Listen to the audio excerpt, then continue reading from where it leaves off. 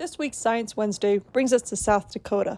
Black Elk Peak at 7,242 feet is the highest natural point in South Dakota. It lies in close proximity to Mount Rushmore, a sculpture of four famous American presidents, George Washington, Thomas Jefferson, Theodore Roosevelt, and Abraham Lincoln, all carved carefully and precisely into the granitic landscape. But did you know that South Dakota is also known for the largest concentration of mammoth remains in the world? Back in 1974, a construction worker by the name of George Hansen unearthed unusual bones while preparing the land for a new subdivision in Hot Springs, South Dakota. Ultimately, bones from 58 North American Columbian mammoths and 3 woolly mammoths were recovered.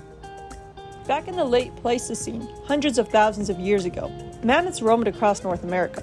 The Columbian mammoth was one of the largest of its time, standing up to 14 feet at its shoulder, with large tusks up to 16 feet long. It preferred the more temperate regions of North America. The woolly mammoth preferred the colder regions of the northern US and Canada.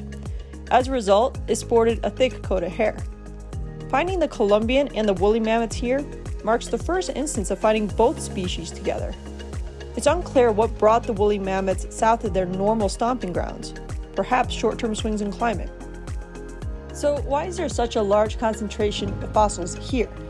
About 140,000 years ago, it's hypothesized that the roof of a limestone cavern collapsed, and then a nearby spring eventually turned the hole into a pond.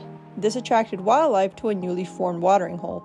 Mammoths would enter the pond to drink and bathe, but then those muddy, slippery, steep slopes led to their demise when they could not climb back out. Eventually, sediments accumulated in the pond, the mammoths were entombed, and thousands of years later, hardened mud and bones remained. The surrounding softer rock eventually eroded away, turning the mud-filled sinkhole into a hill, which was nearly bulldozed to oblivion in 1974. The site remains an active paleontological dig site that you can see and explore for yourself.